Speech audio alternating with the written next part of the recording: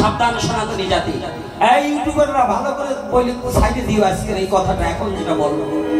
সনাতনীকে নিঃস্ব করার জন্য কিছু চক্র বেরিয়েছে, ধর্ম অবমাননার নাম দিয়ে এক আইডি থেকে আপনার আইডিতে কিছু দিয়ে বিভিন্ন রকম করে যেখানে হিন্দু প্রধান এলাকা সেখানে ঘর বাড়ি জ্বালিয়ে দিয়ে লুটপাট করা, ভাঙচুর করা, এটা কোনো মুসলমানের কর্ম নয়, এটা সন্ত্রাসী কর্ম। সে যে ধর্মের হোক, হিন্দু ধর্ম সন্ত্রাসী হইতে পারে, অন্যান্য ধর্ম হইতে পারে। যারা এগুলো করছে তারা সন্ত্রাসী। এই সন্ত্রাসী কর্মকাণ্ডে যারা জড়িত আছে এগুলো দেখলেই ঝাঁপিয়ে উঠবে, একজন না, তাদের প্রতিহত করার জন্য সবাই একত্রিত হয়ে প্রতিহত করতে হবে। পারবে না? পারবে কিনা? কি ভয় পাও না? হাত তোলো না কেন? কি হয়েছে? না আজকে না খাওয়া, জন্মাষ্টমী শনিবার, তারপরে একাদশী, আজকে যদি শুকোই পড়ো তো চলবা কেন? তবে একটা কথা, যদি কোন সনাতন ধর্মের লোক যদি অন্য কোন ধর্মের নিন্দা করে সে অপরাধী, তার বিচার হোক। আমি এইটা সাপোর্টকারী নই। যদি অন্য কোন ধর্মের কারো নিন্দা করা সনাতন ধর্ম শিক্ষা দেয়নি।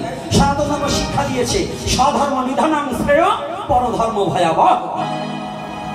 তাহলে যদি কোন সনাতন ধর্মের ছেলে মেয়ে এটা যদি বাস্তবে সে যদি করে থাকে সে দোষী, তার শাস্তি হোক। কিন্তু একজনের দোষের কারণে পুরো সনাতন জাতি কখনো যন্ত্রণা পেতে পারে না। কি পেতে পারে? তবে এটাকে সাবধান। আর আমি অনুরোধ করবো ইউটিউবের মধ্য দিয়ে, রংপুরে একটা ঘটনা ঘটেছে, চোর সন্দেহে জামাই শ্বশুরকে পিটিয়ে মারা হয়েছে। চোর সন্দেহে আমি সমস্ত জনগণকে, হিন্দু মুসলমান বৌদ্ধ খ্রিস্টান বাঙালি জাতিকে, সমস্ত বাংলার বাঙালি জাতিকে বলছি, কান নিয়ে গেল চিলে, এটা বলে চিলের পিছনে দৌড়াবেন না, কান আছে কিনা আগে জানবেন। একজনকে একজন বললো ছেলে ধরা, সেই মানুষকে মারতে হবে এটা নয়, আগে তার ডিটেলস বায়োডাটাটাকে জানতে হবে, সে কোথা থেকে আসছে, কেন আসছে। তার আগে তার গায়ে হাত দেওয়া দণ্ডনীয় অপরাধ, তার বিরুদ্ধে মামলা করা হোক। দেশে আইন আছে, কিন্তু কান নিয়ে গেল চিলে, এ করে আজকে আমার দুজন সনাতনীকে নিঃস্ব করে দেওয়া হয়েছে রংপুরের গায়ে। এবং রংপুরে আরো কিছুদিন আগে এই ধর্ম অবমাননার নাম করে কয়েকটা 19টা বাড়িকে লুট করা হয়েছে এবং 3টা দোকান।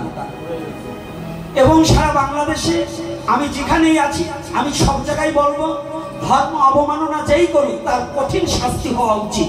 তবে যদি বাস্তবে সে করে থাকে, কিন্তু যদি কোনো তাকে ভাষণের জন্য কেউ করে থাকে, সেটা কেউ প্রশাসনের দৃষ্টি আকর্ষণ করে বলতে চাই যে প্রশাসন যেন সেটাকে আগে খতিয়ে দেখে প্রকৃত দোষী ব্যক্তিকে শাস্তি প্রদান করুক, এটা আমার কাম্য। নিরপরাধী ব্যক্তিকে যেন শাস্তি প্রদান করা না হয়। নাকি আপনারা কি একমত? কি সবাই কি কথাটা কি সত্য না মিথ্যা? মায়েরা বাবারা সচেতন থাকতে হবে। আমি বলছিলাম স্বধর্ম নিধনং শ্রেয়, আর কর্তব্য কর্ম। জানেন মহাপ্রভু, আজকে যারা বৈষ্ণবরা বলেন মহাপ্রভু খালি হরিনাম বিতরণ করছে, মিথ্যা কথা। মহাপ্রভু এই হরিনামের খোল ভেঙে দিয়েছিলেন চাঁদ কাজীকে দমন করার জন্য মশাল মিছিল পর্যন্ত করেছিল। হে সনাতনী জাতি, ভুলে গেলে চলবে না, অন্যায়ের বিরুদ্ধে রাজপথে নামতে হবে, তবে সেটা যেন নিজের জাতীয়তার খাতিরে হয়, কোন এমপি মন্ত্রীর পাঁচাটা কুকুর হয়ে নয়। নিজের স্বধর্ম রক্ষা করতে রাজপথে নামতে হলে নামবো। পারবে না? পারবে কিনা? কোন জাত পাত মত ঠক কিছু নেই। আমার একটাই স্লোগান, জাত পাত দূর করো, হিন্দু হলেই বিয়ে করো। সনাতন ধর্মের মধ্য হলে যত বড় মেথর ডোক কামার কুমার জেলে মুসি কোনো কিছু বাছাবাছি নেই। যদি সে সনাতন ধর্মে হয় তার সাথে সম্বন্ধ করো। যদি কেউ মেনে না নেয়, আমি গোপীনাথ তোমাকে বুক পেতে মেনে নিয়ে আমি সমাজে স্বীকৃতি দিয়ে দেবো। এতে বিন্দু মাত্র ভয় আমার নেই, আমার বিন্দু মাত্র কোনো ভয় নেই। তবে আমার স্বধর্ম হতে হবে। রাধে রাধে যুবক বাবারা কি বলো? আমার স্বধর্ম হতে হবে। সনাতন ধর্মের বাইরা হলে তাকে আমি সাপোর্ট করি না। জয় শ্রী রাধে। তা আজকে কি করছে দেখো, লীলা আবার বাদ দিলে বলবে না গোপীনাথ শুধু এই সময় কাটাইলো, আমাকে হরি কথা শোনাইলো না। আরে হরি কথা টিকেই রাখতে হলে যদি না শোনো হরি কথা টেকবে না। রাধে রাধে। তবে উঠবেন না, হরিকথা আমি চালাবো আর রাধে রাধে বলো, টাকার গাঠি খোলো। আপনাদের ভিক্ষার উপরে মন্দির চলে। দক্ষিণা দাঁড়িয়ে কোনো কথাবার্তা হবে না, ওরা যাবে পিছন থেকে, যাও পিছন থেকে আস্তে আস্তে আসো। আর আমি হরিকথা চালাবো, কীর্তন হবে। আজকে তিনজন শিল্পী আছে। আগে পিছনে যাও, চলে সামনে যাও, আগে পিছনে যাও। তবে ওঠানামা করবেন, আগে পিছনে, একবারে পিছনে। আর আমি লীলা চালিয়ে যাই। সনাতনীকে ডেকে বলছে মহাপ্রভু এসো আমার বুকে, তোমাকে বুকে লইয়া আমি থাকবো মহাসুখে।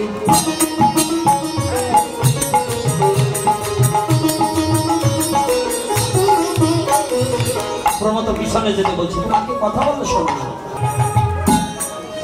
এইবার যখন মহাপ্রভু সনাতনীকে বুকে লইতে মনে করে আপনি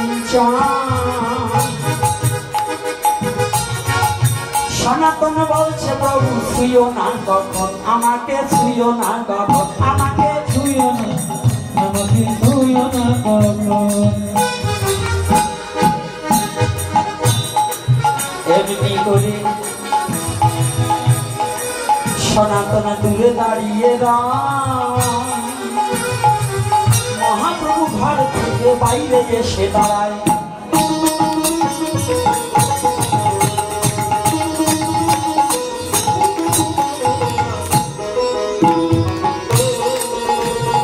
যখন বাইরে এসে মহাপ্রভু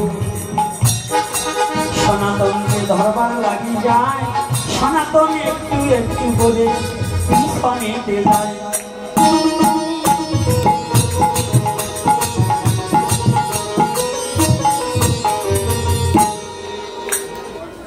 আগে জানবো পরে না জানলে মানা যাবে। তাহলে দেখুন বৈষ্ণবের দক্ষতা কেমন। এই জন্য বলছি সনাতন ধর্মে যারা মহাপ্রভুকে মানে তাদের কোনো জাতির বিচার থাকবে না। যদি সে কৃষ্ণ ভজন করে ব্রাহ্মণ প্রণাম করবে চণ্ডালের চরণে।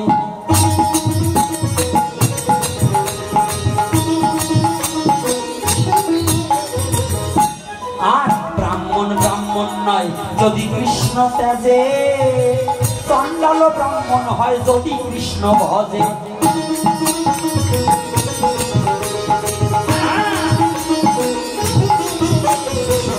তাই জানতে হবে।